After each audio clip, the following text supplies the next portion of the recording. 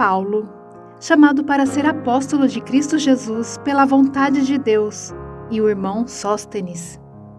A Igreja de Deus, que está em Corinto, aos santificados em Cristo Jesus e chamados para serem santos, juntamente com todos os que em toda parte invocam o nome do nosso Senhor Jesus Cristo, Senhor deles e nosso. A vocês, graça e paz da parte de Deus nosso Pai e do Senhor Jesus Cristo. A gratidão de Paulo. Sempre dou graças a meu Deus por vocês, por causa da graça que lhes foi dada por Ele em Cristo Jesus. Pois nele vocês foram enriquecidos em tudo, isto é, em toda palavra e em todo conhecimento, porque o testemunho de Cristo foi confirmado entre vocês, de modo que não lhes falta nenhum dom espiritual, enquanto vocês esperam que o nosso Senhor Jesus Cristo seja revelado. Ele os manterá firmes até o fim, de modo que vocês serão irrepreensíveis no dia de nosso Senhor Jesus Cristo. Fiel é Deus, o qual os chamou à comunhão com seu Filho Jesus Cristo, nosso Senhor. As divisões na Igreja. Irmãos, em nome de nosso Senhor Jesus Cristo, suplico a todos vocês que concordem uns com os outros no que falam, para que não haja divisões entre vocês. Antes, que todos estejam unidos num só pensamento e num só parecer. Meus irmãos, fui informado por alguns da casa de Cloe de que há divisões entre vocês. Com isso, quero dizer que algum de vocês afirma: eu sou de Paulo, ou eu sou de Apolo, ou eu sou de Pedro, ou ainda, eu sou de Cristo. Acaso Cristo está dividido? Foi Paulo crucificado em favor de vocês? Foram vocês batizados em nome de Paulo? Dou graças a Deus por não ter batizado nenhum de vocês, exceto Crispo e Gaio, de modo que ninguém pode dizer que foi batizado em meu nome. Batizei também os da casa de Estéfanas. Além destes, não me lembro se batizei alguém mais. Pois Cristo não me enviou para batizar, mas para pregar o Evangelho, não porém com palavras de sabedoria humana, para que a cruz de Cristo não seja esvaziada. Cristo, sabedoria e poder de Deus.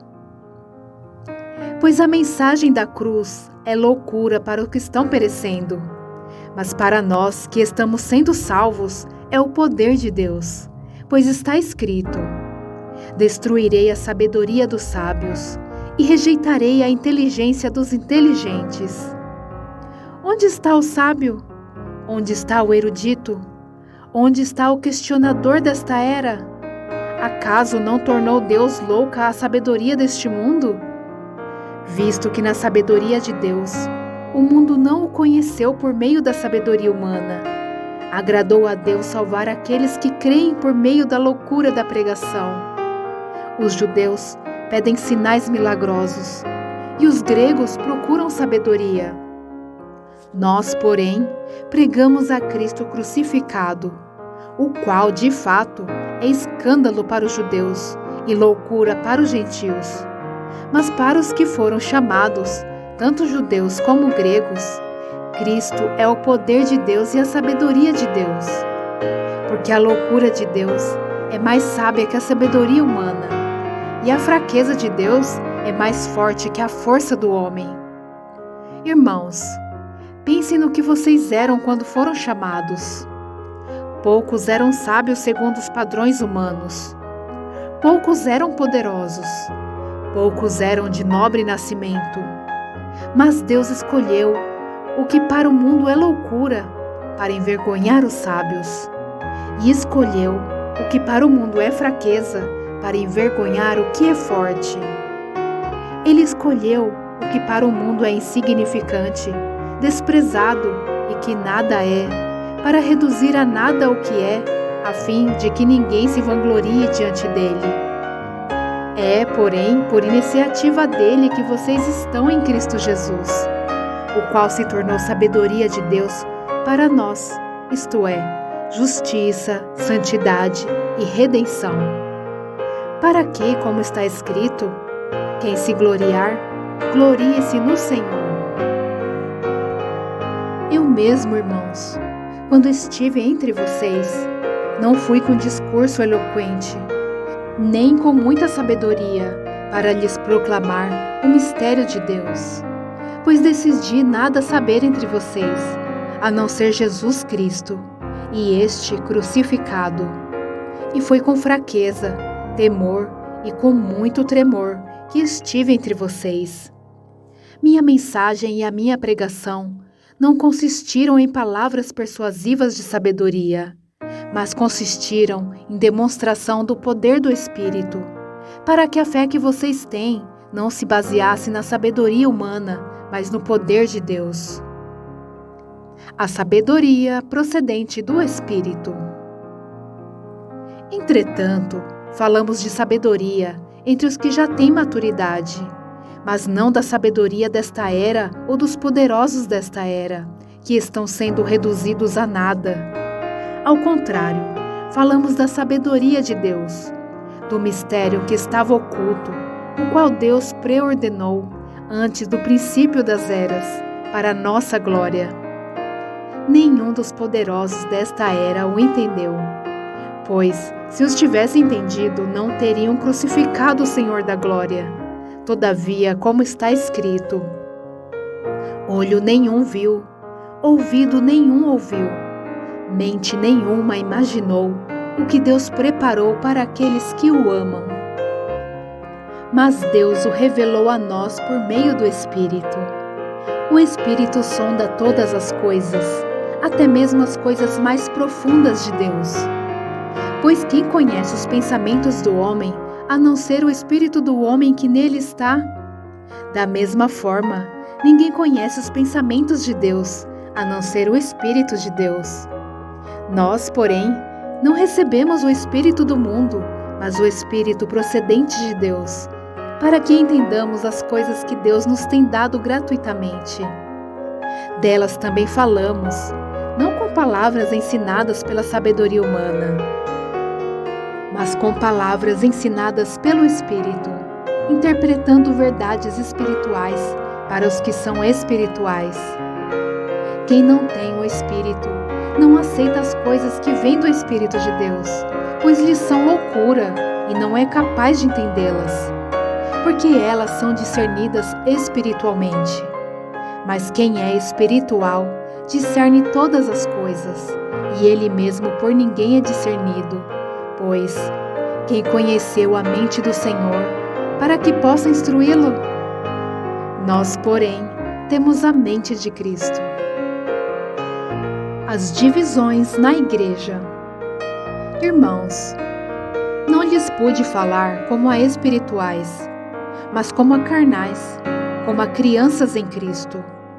Dei-lhes leite e não alimento sólido, pois vocês não estavam em condições de recebê-lo. De fato, vocês ainda não estão em condições, porque ainda são carnais. Porque visto que há inveja e divisão entre vocês, não estão sendo carnais e agindo como mundanos?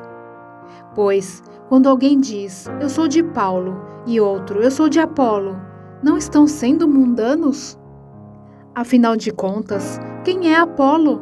Quem é Paulo? Apenas servos por meio dos quais vocês vieram a crer, conforme o ministério que o Senhor atribuiu a cada um. Eu plantei, Apolo regou, mas Deus é quem fez crescer.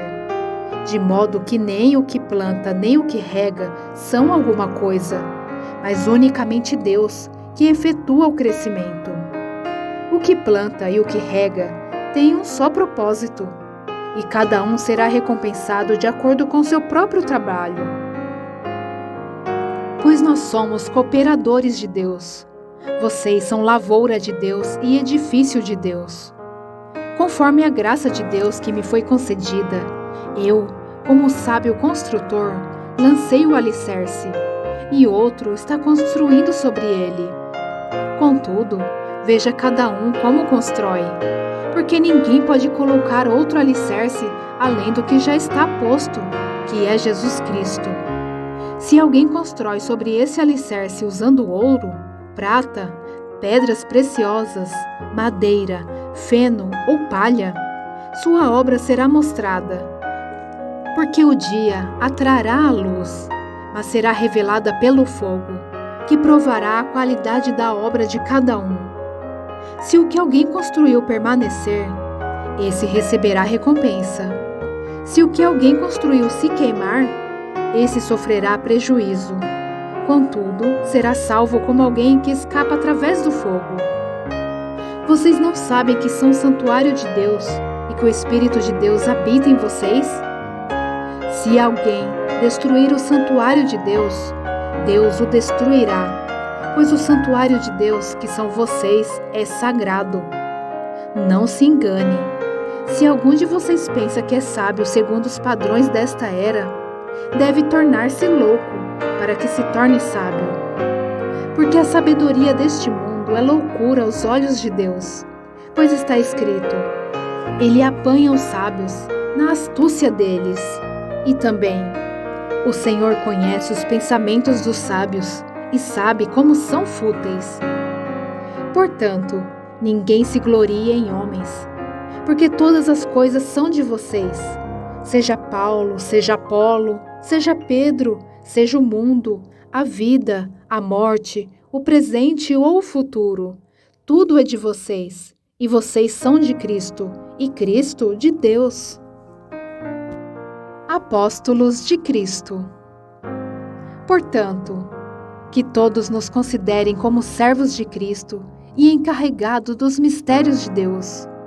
O que se requer destes encarregados é que sejam fiéis. Pouco me importa ser julgado por vocês ou por qualquer tribunal humano. De fato, nem eu julgo a mim mesmo. Embora em nada minha consciência me acuse, nem por isso justifico a mim mesmo. O Senhor é quem me julga. Portanto, não julguem nada antes da hora devida. Esperem até que o Senhor venha.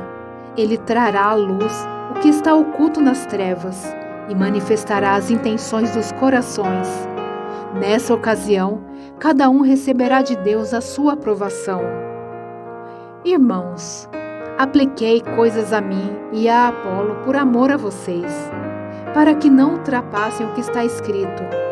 Assim, ninguém se orgulhe a favor de um homem em detrimento de outro.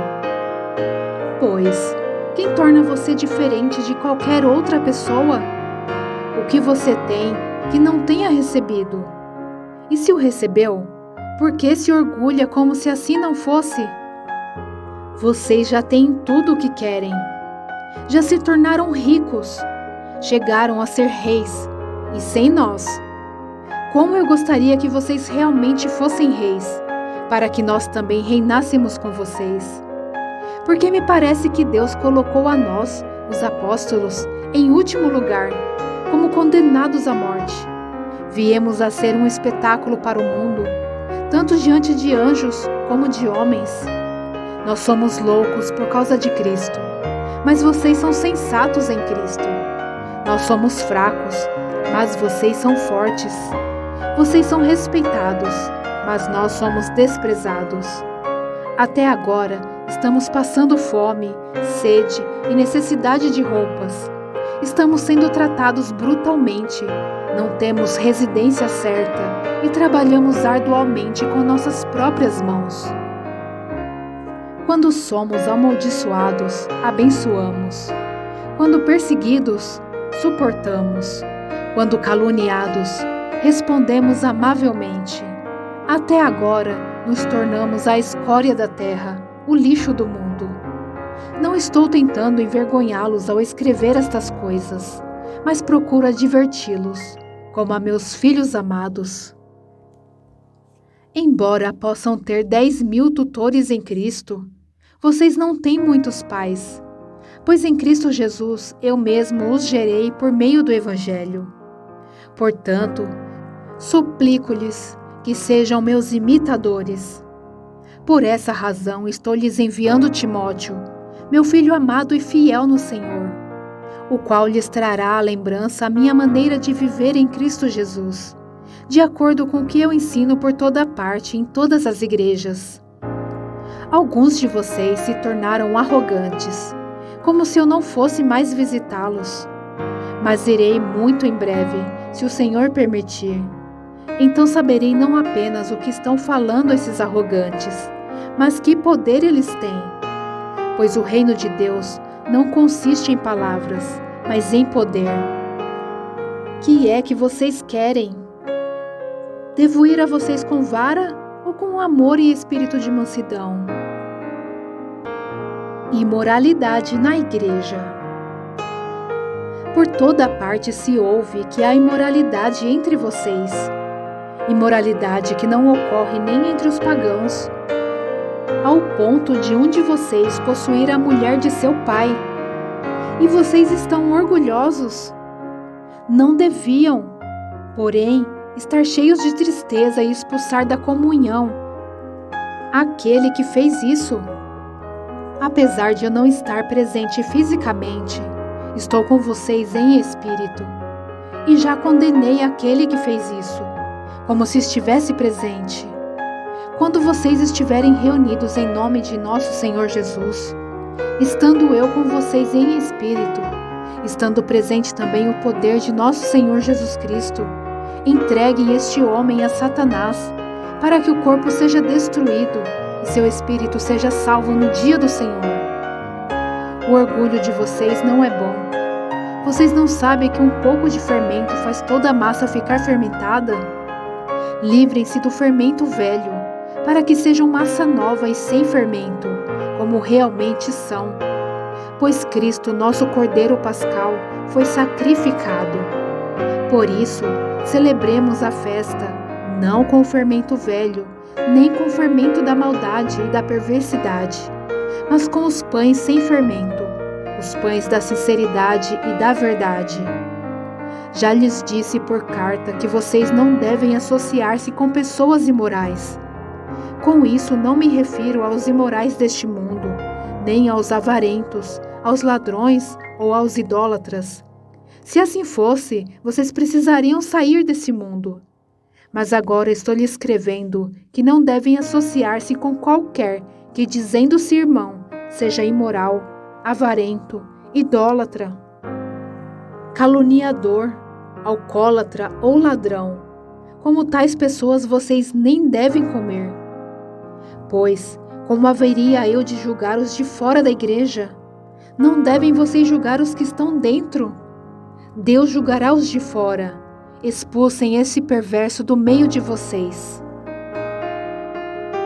Se algum de vocês tem queixa contra outro irmão, como ousa apresentar a causa para ser julgada pelos ímpios, em vez de levá-la aos santos? Vocês não sabem que os santos hão de julgar o mundo? Se vocês hão de julgar o mundo, acaso não são capazes de julgar as causas de menor importância? Vocês não sabem que haveremos de julgar os anjos? Quanto mais as coisas desta vida. Portanto, se vocês têm questões relativas às coisas desta vida, designem para juízes os que são da igreja, mesmo que sejam os menos importantes. Digo isso para envergonhá-los. Acaso não há entre vocês alguém suficientemente sábio para julgar uma causa entre irmãos? Mas ao invés disso, um irmão vai ao tribunal contra outro irmão, e isso diante de descrentes. O fato de haver litígios entre vocês já significa uma completa derrota. Por que não preferem sofrer a injustiça? Por que não preferem sofrer o prejuízo? Em vez disso, vocês mesmos causam injustiças e prejuízos, e isso contra irmãos. Vocês não sabem que os perversos não herdarão o reino de Deus? Não se deixem enganar.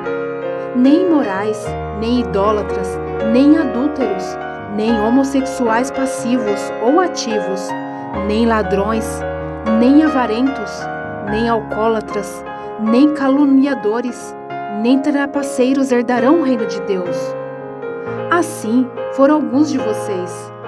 Mas vocês foram lavados, foram santificados, foram justificados no nome do Senhor Jesus Cristo e no Espírito de nosso Deus. O perigo da imoralidade. Tudo me é permitido, mas nem tudo convém. Tudo me é permitido, mas eu não deixarei que nada me domine. Os alimentos foram feitos para o estômago, e o estômago para os alimentos. Mas Deus destruirá ambos. O corpo, porém, não é para a imoralidade, mas para o Senhor, e o Senhor para o corpo. Por seu poder, Deus ressuscitou o Senhor e também nos ressuscitará. Vocês não sabem que os seus corpos são membros de Cristo?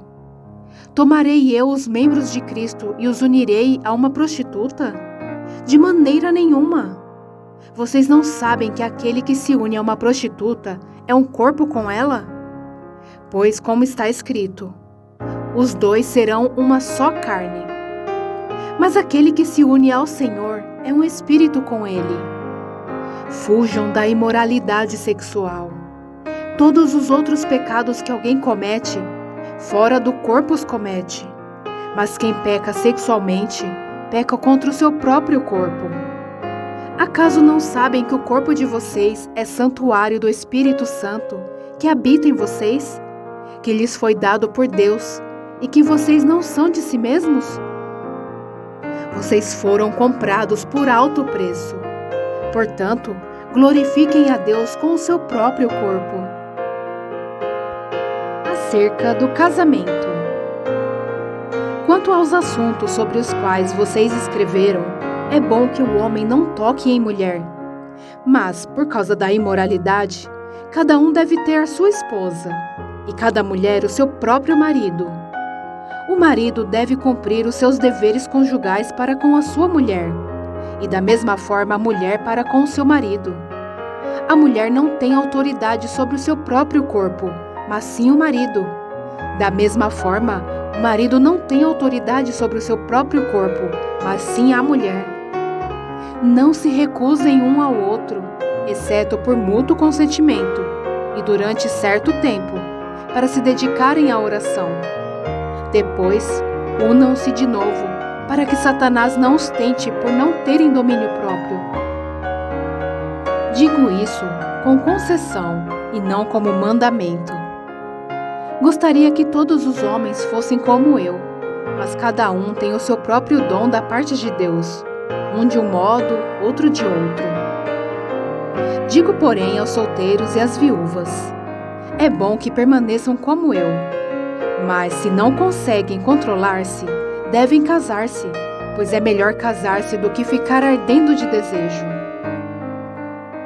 Aos casados dou este mandamento, não eu, mas o Senhor: que a esposa não se separe do seu marido. Mas, se o fizer, que permaneça sem se casar, ou então reconcilie-se com seu marido, e o marido não se divorcie da sua mulher. Aos outros eu mesmo digo isto, não o Senhor. Se um irmão tem mulher descrente, e ela se dispõe a viver com ele, não se divorcie dela. E se uma mulher tem marido descrente, e ele se dispõe a viver com ela, não se divorcie dele. Pois o marido descrente é santificado por meio da mulher, e a mulher descrente é santificada por meio do marido. Se assim não fosse, seus filhos seriam impuros, mas agora são santos. Todavia, se o descrente separar-se, que se separe. Em tais casos, o irmão ou a irmã não fica debaixo de servidão. Deus nos chamou para vivermos em paz. Você, mulher, como sabe se salvará seu marido? Ou você, marido, como sabe se salvará sua mulher? Entretanto, cada um continue vivendo na condição que o Senhor lhe designou e de acordo com o chamado de Deus. Esta é a minha ordem para todas as igrejas. Foi alguém chamado sendo circunciso? Não desfaça a sua circuncisão. Foi alguém chamado sendo incircunciso? Não se circuncide. A circuncisão não significa nada, e a incircuncisão também nada é. O que importa é obedecer aos mandamentos de Deus. Cada um deve permanecer na condição em que foi chamado por Deus. Foi você chamado sendo escravo? Não se incomode com isso, mas se você puder conseguir a liberdade, consiga. Depois aquele que, sendo escravo, foi chamado pelo Senhor, é liberto e pertence ao Senhor. Semelhantemente, aquele que era livre quando foi chamado, é escravo de Cristo. Vocês foram comprados por alto preço. Não se tornem escravos de homens. Irmãos, cada um deve permanecer diante de Deus na condição em que foi chamado. Quantas pessoas virgens não têm o mandamento do Senhor, mas dou meu parecer como alguém que, pela misericórdia de Deus, é digno de confiança. Por causa dos problemas atuais, penso que é melhor o homem permanecer como está. Você está casado? Não se preocupe em separar-se. Está solteiro? Não procure esposa. Mas se vier a casar-se, não comete pecado. Se uma virgem se casar, também não comete pecado. Mas aqueles que se casarem enfrentarão muitas dificuldades na vida, e eu gostaria de poupá-los disso. O que quero dizer é que o tempo é curto. De agora em diante, aqueles que têm esposa, vivam como se não tivessem. Aqueles que choram, como se não chorassem. Os que estão felizes, como se não estivessem. Os que compram algo, como se nada possuíssem. Os que usam as coisas do mundo, como se não as usassem, porque a forma presente deste mundo está passando. Gostaria de vê-los livres de preocupações. O homem que não é casado preocupa-se com as coisas do Senhor, em como agradar ao Senhor. Mas o homem casado preocupa-se com as coisas deste mundo, em como agradar sua mulher, e está dividido. Tanto a mulher não casada como a virgem preocupam-se com as coisas do Senhor, para serem santas no corpo e no espírito. Mas a casada preocupa-se com as coisas deste mundo, em como agradar seu marido. Estou dizendo isso para o próprio bem de vocês, não para lhes impor restrições, mas para que vocês possam viver de maneira correta, em plena consagração ao Senhor. Se alguém acha que está agindo de forma indevida diante da virgem de quem está noivo, que ela está passando da idade, achando que deve se casar, faça como achar melhor. Com isso não peca. Casem-se. Contudo, o homem que decidiu firmemente em seu coração que não se sente obrigado, mas tem controle sobre a sua própria vontade e decidiu não se casar com a virgem, este também faz bem. Assim, aquele que se casa com a virgem faz bem, mas aquele que não se casa faz melhor. A mulher está ligada a seu marido enquanto ele viver, mas se o seu marido morrer, ela estará livre para se casar com quem quiser, contanto que ele pertença ao Senhor. Em meu parecer, ela será mais feliz se permanecer como está, e penso que também tenho o Espírito de Deus. A comida sacrificada aos ídolos. Com respeito aos alimentos sacrificados aos ídolos, sabemos que todos temos conhecimento. O conhecimento traz orgulho, mas o amor edifica. Quem pensa conhecer alguma coisa, ainda não conhece como deveria. Mas quem ama a Deus, este é conhecido por Deus. Portanto, em relação ao alimento sacrificado aos ídolos, sabemos que o ídolo não significa nada no mundo e que só existe um Deus. Pois, mesmo que haja os chamados deuses, quer no céu, quer na terra, como de fato há muitos deuses e muitos senhores, para nós, porém, há um único Deus, o Pai, de quem vêm todas as coisas e para quem vivemos. E um só Senhor, Jesus Cristo, por meio de quem vieram todas as coisas e por meio de quem vivemos. Contudo, nem todos têm este conhecimento. Alguns ainda habituados com os ídolos, comem esses alimentos como se fosse um sacrifício idólatra. E como a consciência deles é fraca, fica contaminada. A comida, porém, não nos torna aceitáveis diante de Deus. Não seremos piores se não comermos, nem melhores se comermos. Contudo, tenham cuidado para que o exercício da liberdade de vocês não se torne uma pedra de tropeço para os fracos. Pois se alguém que tem a consciência fraca vir você, que tem este conhecimento, comer num templo de ídolos, não será induzido a comer do que foi sacrificado aos ídolos? Assim, esse irmão fraco por quem Cristo morreu é destruído por causa do conhecimento que você tem. Quando você peca contra seus irmãos desta maneira, ferindo a consciência fraca deles, peca contra Cristo. Portanto, se aquilo que eu como leva o meu irmão a pecar, nunca mais comerei carne, para não fazer meu irmão tropeçar. Os direitos de um apóstolo. Não sou livre? Não sou apóstolo? Não vi Jesus nosso Senhor? Não são vocês resultado do meu trabalho no Senhor?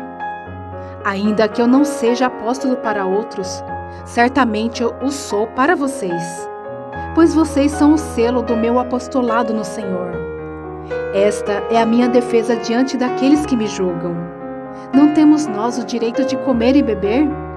Não temos nós o direito de levar conosco uma esposa crente, como fazem os outros apóstolos, os irmãos do Senhor e Pedro?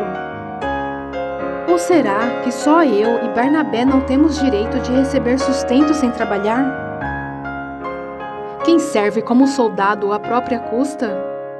Quem planta uma vinha e não come do seu fruto? Quem apacenta um rebanho e não bebe do seu leite? Não digo isso do ponto de vista meramente humano. A lei não diz a mesma coisa? Pois está escrito na lei de Moisés: não amordace o boi enquanto ele estiver debulhando o cereal. Por acaso é com bois que Deus está preocupado? Não é certamente por nossa causa que ele o diz? Sim, isso foi escrito em nosso favor. Porque o lavrador, quando ara, e o debulhador, quando debulha, devem fazê-lo na esperança de participar da colheita. Se entre vocês semeamos coisas espirituais, seria demais colhermos de vocês coisas materiais? Se outros têm direito de ser sustentados por vocês, não o temos nós ainda mais? Mas nós nunca usamos desse direito. Ao contrário, suportamos tudo para não colocar obstáculo algum ao Evangelho de Cristo. Vocês não sabem que aqueles que trabalham no templo alimentam-se das coisas do templo? E os que servem diante do altar participam do que é oferecido no altar? Da mesma forma, o Senhor ordenou àqueles que pregam o Evangelho, que vivam do Evangelho. Mas eu não tenho usado de nenhum desses direitos.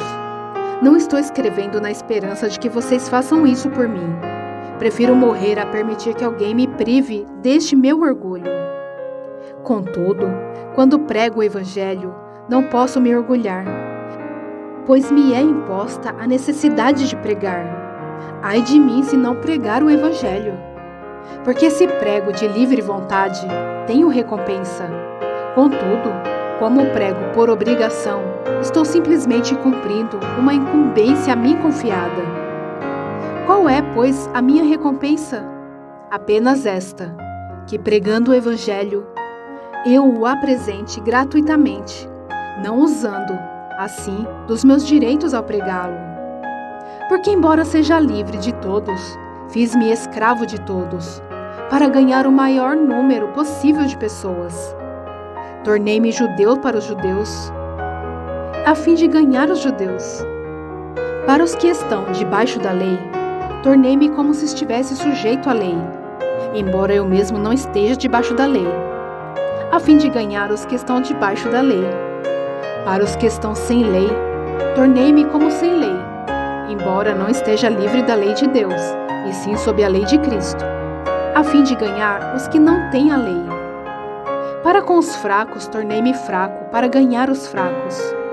Tornei-me tudo para com todos, para de alguma forma salvar alguns. Faço tudo isso por causa do Evangelho, para ser coparticipante dele. Vocês não sabem que de todos os que correm no estádio, apenas um ganha o prêmio? Corram de tal modo que alcancem o prêmio. Todos os que competem nos jogos se submetem a um treinamento rigoroso para obter uma coroa que logo perece, mas nós o fazemos para ganhar uma coroa que dura para sempre. Sendo assim, não corro como quem corre sem alvo, e não luto como quem esmurra o ar, mas esmurro o meu corpo e faço dele meu escravo, para que depois de ter pregado aos outros, eu mesmo não venha a ser reprovado. Exemplos da história de Israel. Porque não quero, irmãos, que vocês ignorem o fato de que todos os nossos antepassados estiveram sobre a nuvem e todos passaram pelo mar. E Moisés, todos eles foram batizados na nuvem e no mar. Todos comeram do mesmo alimento espiritual e beberam da mesma bebida espiritual, pois bebiam da rocha espiritual que os acompanhava, e essa rocha era Cristo. Contudo, Deus não se agradou da maioria deles, por isso seus corpos ficaram espalhados no deserto. Essas coisas ocorreram como exemplos para nós, para que não cobicemos coisas más, como eles fizeram. Não sejam idólatras como alguns deles foram, conforme está escrito: o povo se assentou para comer e beber, e levantou-se para se entregar à farra. Não pratiquemos imoralidade, como alguns deles fizeram, e num só dia morreram 23.000. Não devemos pôr o Senhor à prova, como alguns deles fizeram, e foram mortos por serpentes. E não se queixem, como alguns deles se queixaram, e foram mortos pelo anjo destruidor. Essas coisas aconteceram a eles como exemplos, e foram escritas como advertência para nós, sobre quem tem chegado o fim dos tempos. Assim, aquele que julga estar firme, cuide-se para que não caia. Não sobreveio a vocês tentação que não fosse comum aos homens. E Deus é fiel. Ele não permitirá que vocês sejam tentados além do que podem suportar. Mas, quando forem tentados, Ele mesmo lhes providenciará um escape, para que o possam suportar. As festas idólatras e a ceia do Senhor. Por isso, meus amados irmãos, fujam da idolatria.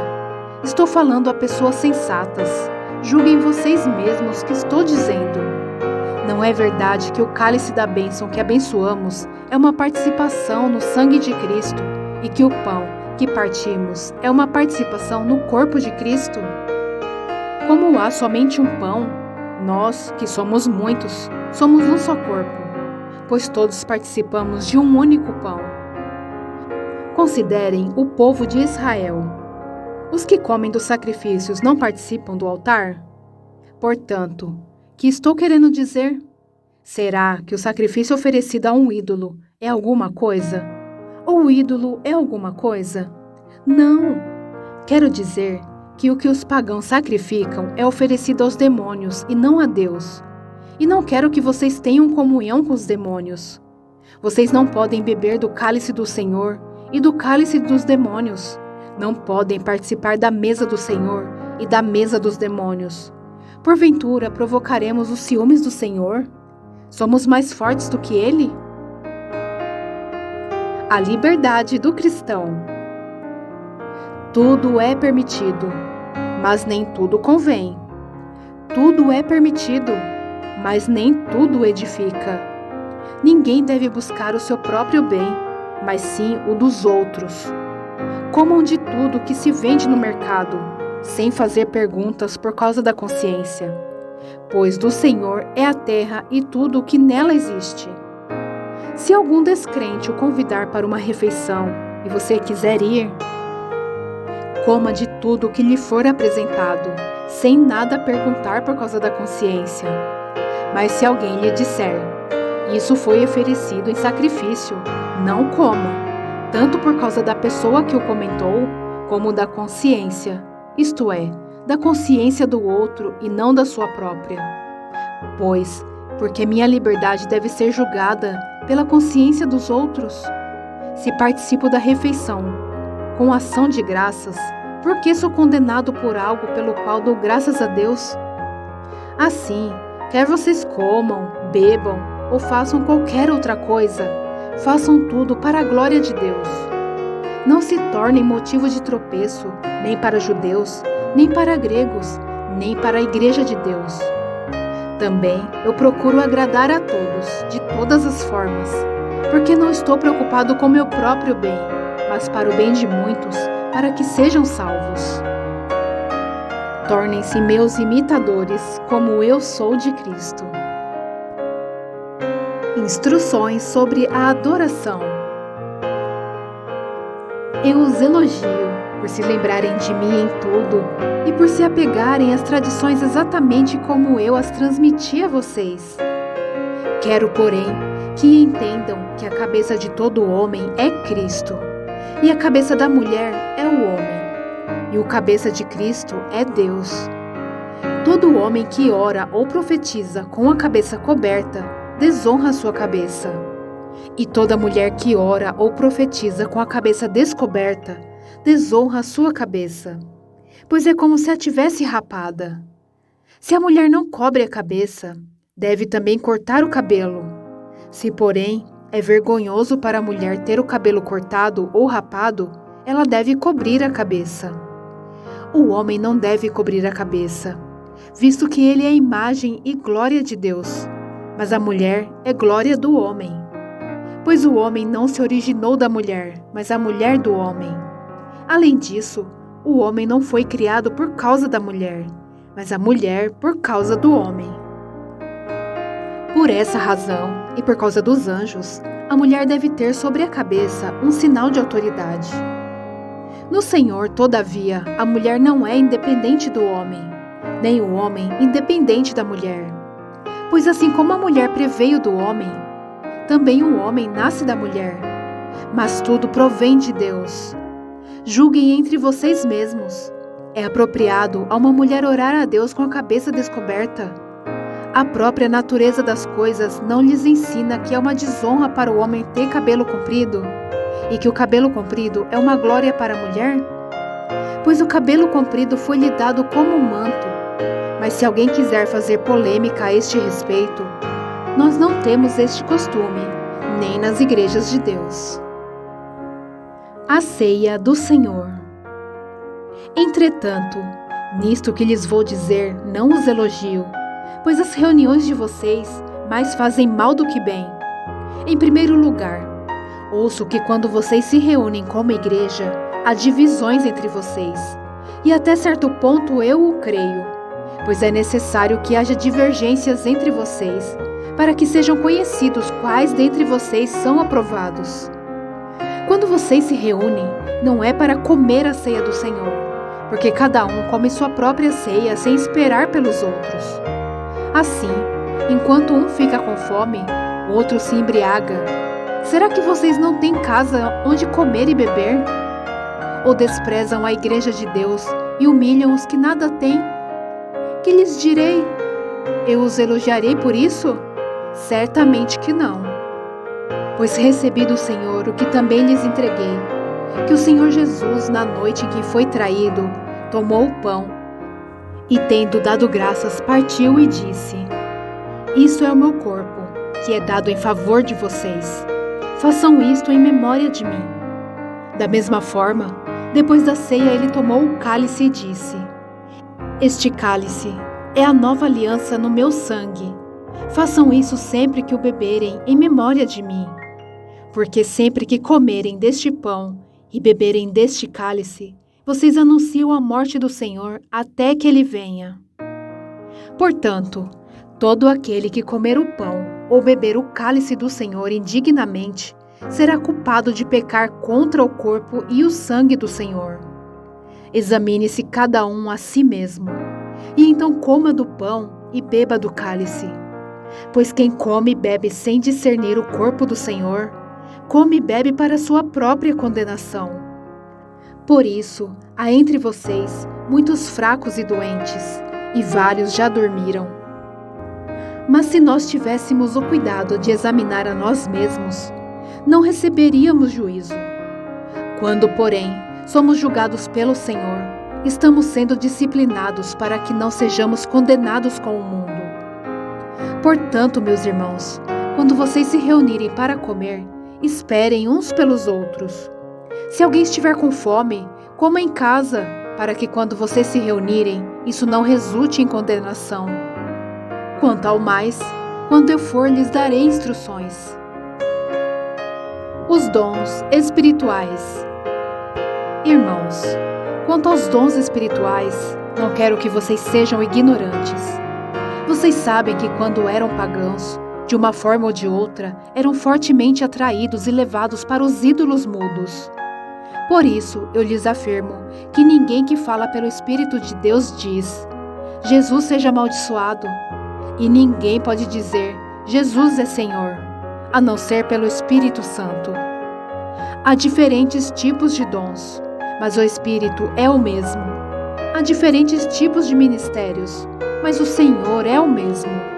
Há diferentes formas de atuação, mas é o mesmo Deus quem efetua tudo em todos. A cada um, porém, é dada a manifestação do Espírito visando ao bem comum.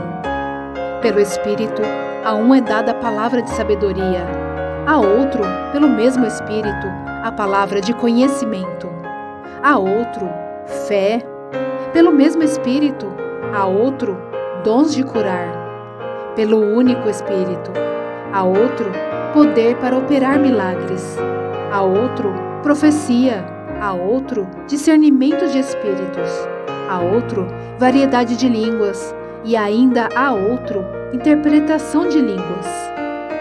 Todas essas coisas, porém, são realizadas pelo mesmo e único Espírito, e ele as distribui individualmente, a cada um, como quer.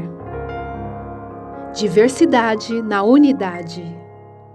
Ora, assim como o corpo é uma unidade, embora tenha muitos membros, e todos os membros, mesmo sendo muitos, formam um só corpo, assim também com respeito a Cristo. Pois em um só corpo, todos nós fomos batizados em um único Espírito, quer judeus, quer gregos, quer escravos, quer livres. E a todos nós foi dado beber de um único Espírito. O corpo não é feito de um só membro, mas de muitos. Se o pé disser: porque não sou mão, não pertenço ao corpo, nem por isso deixa de fazer parte do corpo. E se o ouvido disser: porque não sou olho, não pertenço ao corpo, nem por isso deixa de fazer parte do corpo. Se todo o corpo fosse olho, onde estaria a audição? Se todo o corpo fosse ouvido, onde estaria o olfato? De fato, Deus dispôs cada um dos membros no corpo, segundo a sua vontade. Se todos fôssemos um só membro, onde estaria o corpo? Assim, há muitos membros, mas um só corpo. O olho não pode dizer à mão: não preciso de você. Nem a cabeça pode dizer aos pés: não preciso de vocês. Ao contrário, os membros do corpo que parecem mais fracos são indispensáveis. E os membros que pensamos serem menos honrosos, tratamos com especial honra. E os membros que em nós são indecorosos, são tratados com decoro especial. Enquanto os que em nós são decorosos não precisam ser tratados de maneira especial. Mas Deus estruturou o corpo dando maior honra aos membros que dela tinham falta, a fim de que não haja divisão no corpo, mas sim que todos os membros tenham igual cuidado uns pelos outros. Quando um membro sofre, todos os outros sofrem com ele. Quando um membro é honrado, todos os outros se alegram com ele. Ora, vocês são o corpo de Cristo, e cada um de vocês, individualmente, é membro deste corpo. Assim, na igreja, Deus estabeleceu primeiramente apóstolos, e em segundo lugar, profetas, e em terceiro lugar, mestres. Depois, os que realizam milagres, os que têm dons de curar, os que têm dom de prestar ajuda, os que têm dons de administração e os que falam diversas línguas. São todos apóstolos? São todos profetas? São todos mestres? Têm todos o dom de realizar milagres? Têm todos dons de curar? Falam todos em línguas? Todos interpretam? Entretanto, busquem com dedicação os melhores dons.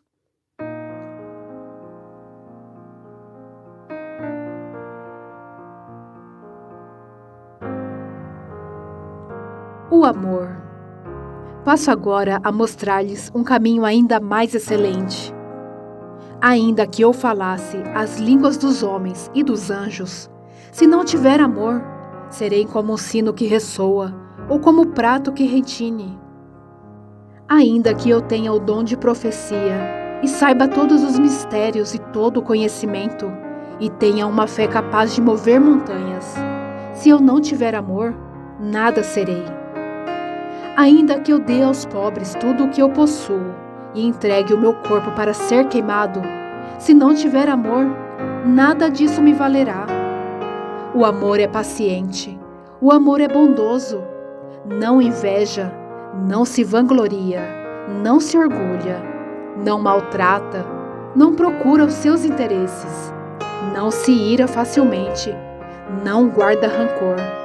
O amor não se alegra com a injustiça, mas se alegra com a verdade. Tudo sofre, tudo crê, tudo espera, tudo suporta. O amor nunca perece, mas as profecias desaparecerão, as línguas cessarão, o conhecimento passará, pois em parte conhecemos e em parte profetizamos. Quando, porém, vier o que é perfeito, o que é imperfeito desaparecerá. Quando eu era menino, falava como menino, pensava como menino e racionava como menino. Quando me tornei homem, deixei para trás as coisas de menino. Agora, pois, vemos apenas um reflexo obscuro, como um espelho. Mas então veremos face a face. Agora conheço em parte, então conhecerei plenamente, da mesma forma como sou plenamente conhecido. Assim, permanecem agora estes três: a fé, a esperança e o amor. O maior deles, porém, é o amor. Os dons de profecia e de línguas. Sigam o caminho do amor e busquem com dedicação os dons espirituais, principalmente o dom de profecia. Pois quem fala em uma língua não fala aos homens, mas a Deus. De fato, ninguém o entende. Em espírito fala mistérios. Mas quem profetiza o faz para edificação, encorajamento e consolação dos homens. Quem fala em línguas, a si mesmo se edifica, mas quem profetiza edifica a igreja. Gostaria que todos vocês falassem em línguas, mas prefiro que profetizem. Quem profetiza é maior do que aquele que fala em línguas, a não ser que as interprete, para que a igreja seja edificada. Agora, irmãos, se eu for visitá-los e falar em línguas, em que lhes serei útil? A não ser que lhes leve alguma revelação, ou conhecimento, ou profecia, ou doutrina. Até no caso de coisas inanimadas que produzem sons, tais como a flauta ou a cítara, como alguém reconhecerá o que está sendo tocado, se os sons não forem distintos? Além disso, se a trombeta não emitir um som claro, quem se preparará para a batalha? Assim acontece com vocês. Se não proferirem palavras compreensíveis com a língua, como alguém saberá o que está sendo dito? Vocês estarão simplesmente falando ao ar. Sem dúvida, há diversos idiomas no mundo. Todavia, nenhum deles é sem sentido. Portanto, se eu não entender o significado do que alguém está falando, serei estrangeiro para quem fala, e ele estrangeiro para mim. Assim acontece com vocês. Visto que estão ansiosos por terem dons espirituais, procurem crescer naqueles que trazem a edificação para a igreja. Por isso, quem fala em uma língua, ore para que possa interpretar. Depois, se oro em uma língua, meu espírito ora, mas a minha mente fica infrutífera. Então, que farei? Orarei com o espírito, mas também orarei com o entendimento. Cantarei com o espírito, mas também cantarei com o entendimento. Se você estiver louvando a Deus em espírito, como poderá aquele que está entre os não instruídos dizer o amém à sua ação de graças, visto que não sabe o que você está dizendo. Pode ser que você esteja dando graças muito bem, mas o outro não é edificado. Dou graças a Deus por falar em línguas mais do que todos vocês. Todavia, na igreja prefiro falar 5 palavras compreensíveis para instruir os outros a falar 10.000 palavras em uma língua. Irmãos, deixe de pensar como crianças. Com respeito ao mal, sejam crianças, mas quanto ao modo de pensar, sejam adultos, pois está escrito na lei: por meio de homens, de outras línguas e por meio de lábios de estrangeiros, falarei a este povo, mas mesmo assim, eles não me ouvirão, diz o Senhor. Portanto, as línguas são um sinal para os descrentes, e não para os que creem. A profecia, porém, é para os que creem, não para os descrentes. Assim, se toda a igreja se reunir e todos falarem em línguas, e entrarem alguns não instruídos ou descrentes, não dirão que vocês estão loucos? Mas se entrar algum descrente ou não instruído, quando todos estiverem profetizando, ele por todos será convencido de que é pecador e por todos será julgado. E os segredos do seu coração serão expostos. Assim, ele se prostrará, rosto em terra, e adorará a Deus, exclamando: Deus realmente está entre vocês. Ordem no culto. Portanto, que diremos, irmãos? Quando vocês se reúnem, cada um de vocês tem um salmo, ou uma palavra de instrução, ou uma revelação, uma palavra em uma língua, ou uma interpretação. Tudo seja feito para a edificação da igreja. Se, porém, alguém falar em língua, devem falar 2, no máximo 3, e alguém deve interpretar. Se não houver intérprete, fique calado na igreja, falando consigo mesmo e com Deus. Tratando-se de profetas, falem 2 ou 3, e outros julguem cuidadosamente o que foi dito. Se vier uma revelação a alguém que está sentado, cale-se o primeiro. Pois vocês todos podem profetizar, cada um por sua vez, de forma que todos sejam instruídos e encorajados. O espírito dos profetas está sujeito aos profetas, pois Deus não é Deus de desordem, mas de paz. Como em todas as congregações dos santos, permaneçam as mulheres em silêncio nas igrejas, pois não lhes é permitido falar. Antes permaneçam em submissão, como diz a lei. Se quiserem aprender alguma coisa, que pergunte a seus maridos em casa, pois é vergonhoso uma mulher falar na igreja. Acaso a palavra de Deus originou-se entre vocês? São vocês o único povo que ela alcançou? Se alguém pensa que é profeta ou espiritual, reconheça que o que lhe estou escrevendo é mandamento do Senhor. Se ignorar isso, ele mesmo será ignorado.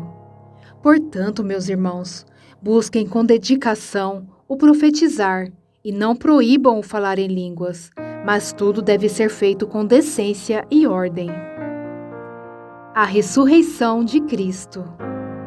Irmãos, quero lembrar-lhes o evangelho que lhes preguei, o qual vocês receberam e no qual estão firmes. Por meio desse evangelho, vocês são salvos, desde que apeguem firmemente à palavra que lhes preguei. Caso contrário, vocês têm crido em vão. Pois o que primeiramente lhes transmiti foi o que recebi, que Cristo morreu pelos nossos pecados, segundo as Escrituras, foi sepultado e ressuscitou no 3º dia, segundo as Escrituras, e apareceu a Pedro e depois aos 12. Depois disso apareceu a mais de 500 irmãos de uma só vez, a maioria dos quais ainda vive, embora alguns já tenham adormecido. Depois apareceu a Tiago, e então a todos os apóstolos. Depois destes apareceu também a mim, como a um que nasceu fora de tempo. Pois sou o menor dos apóstolos, e nem sequer mereço ser chamado apóstolo, porque persegui a igreja de Deus. Mas pela graça de Deus sou o que sou, e sua graça para comigo não foi inútil. Antes, trabalhei mais do que todos eles. Contudo, não eu, mas a graça de Deus comigo.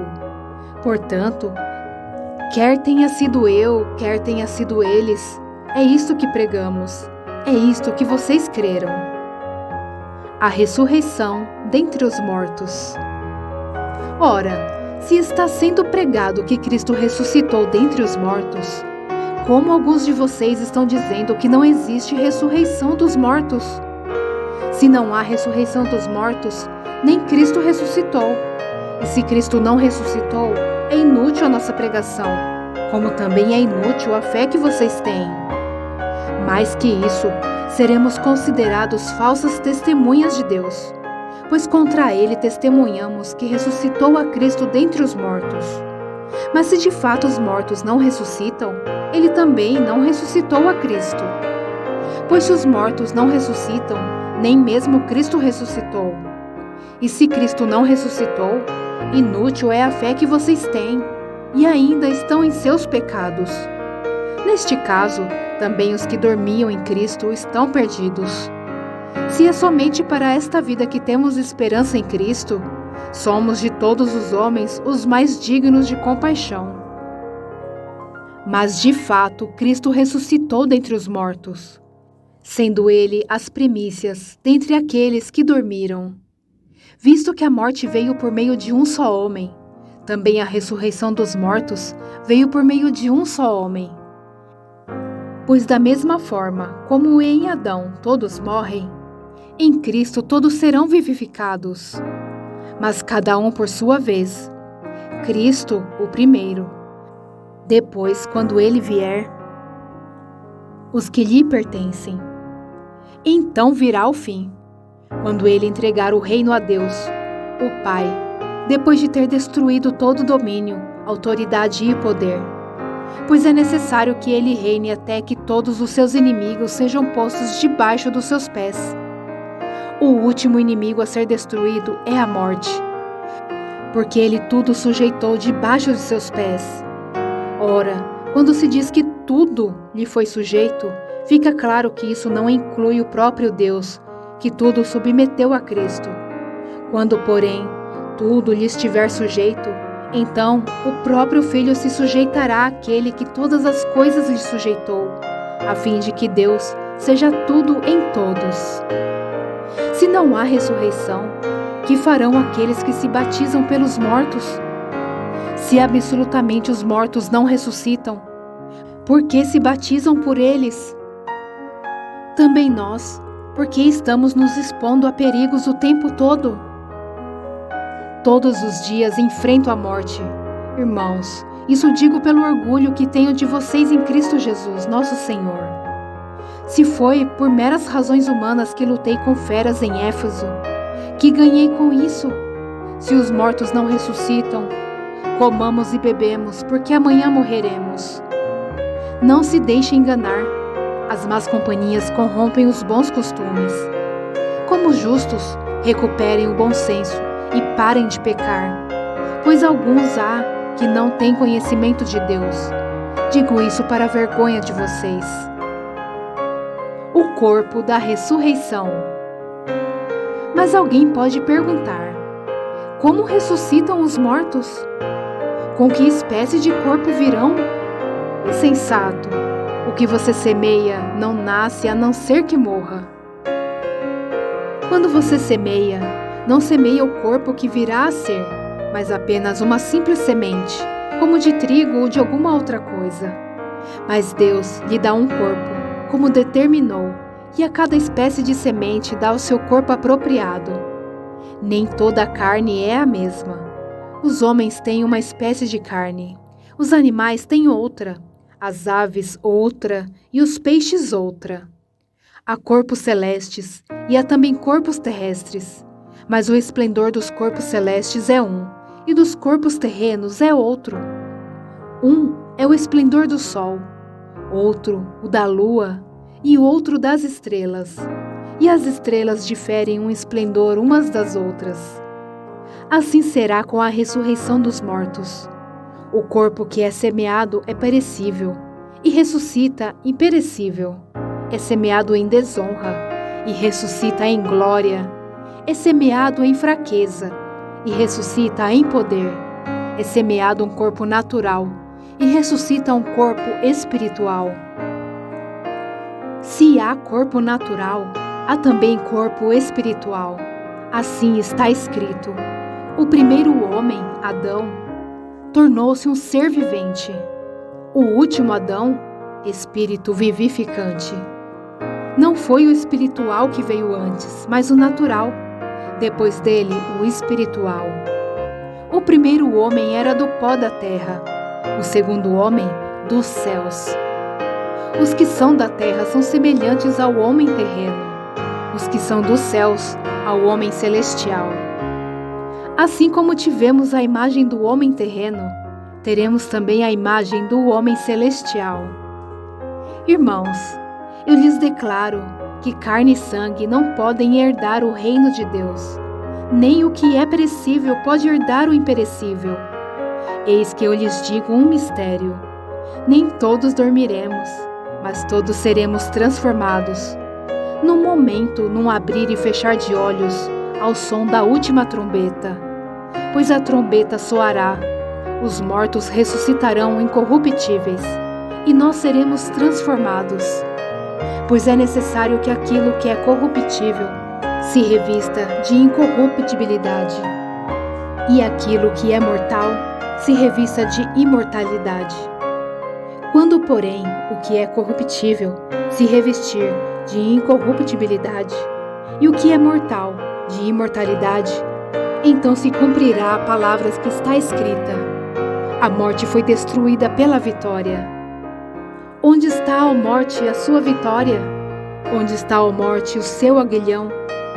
O aguilhão da morte é o pecado, e a força do pecado é a lei. Mas graças a Deus, que nos dá a vitória por meio de nosso Senhor Jesus Cristo. Portanto, meus amados irmãos, mantenham-se firmes e que nada os abale.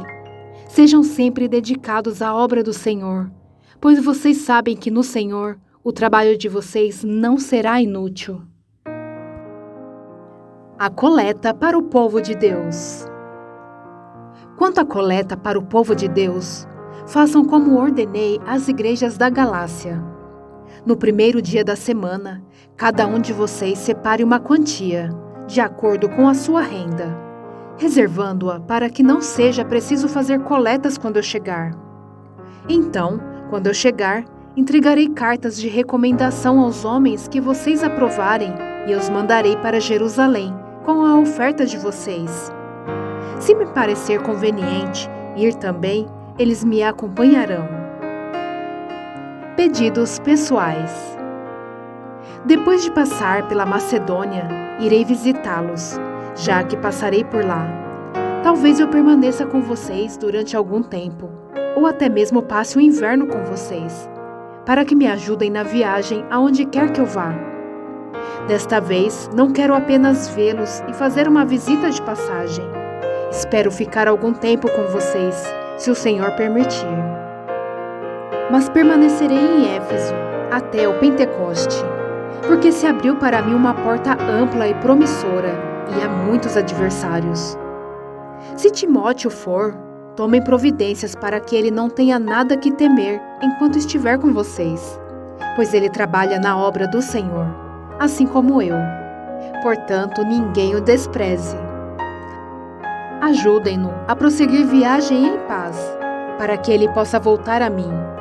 Eu o estou esperando com os irmãos. Quanto ao irmão Apolo, insisti que fosse com os irmãos visitar vocês.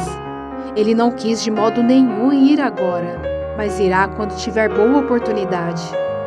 Estejam vigilantes, mantenham-se firmes na fé, sejam homens de coragem, sejam fortes, façam tudo com amor. Vocês sabem que os da casa de Estéfanas foram o primeiro fruto da Acaia e que eles têm se dedicado ao serviço dos santos. Recomendo-lhes, irmãos, que se submetam a pessoas como eles e a todos que os cooperaram e trabalharam conosco. Alegrei-me com a vinda de Estéfanas, Fortunato e Acaico. porque eles supriram o que estava faltando da parte de vocês. Eles trouxeram alívio ao meu espírito e ao de vocês também. Valorizem homens como estes. Saudações finais. As igrejas da província da Ásia enviam-lhe saudações. Áquila e Priscila o saúdam afetuosamente no Senhor, e também a igreja que se reúne na casa deles. Todos os irmãos daqui lhes enviam saudações. Saúdem uns aos outros com beijo santo. Eu, Paulo, escrevi esta saudação de próprio punho. Se alguém não ama o Senhor, seja amaldiçoado. Vem, Senhor. A graça do Senhor Jesus seja com vocês. Recebam o amor que tenho por todos vocês em Cristo Jesus. Amém.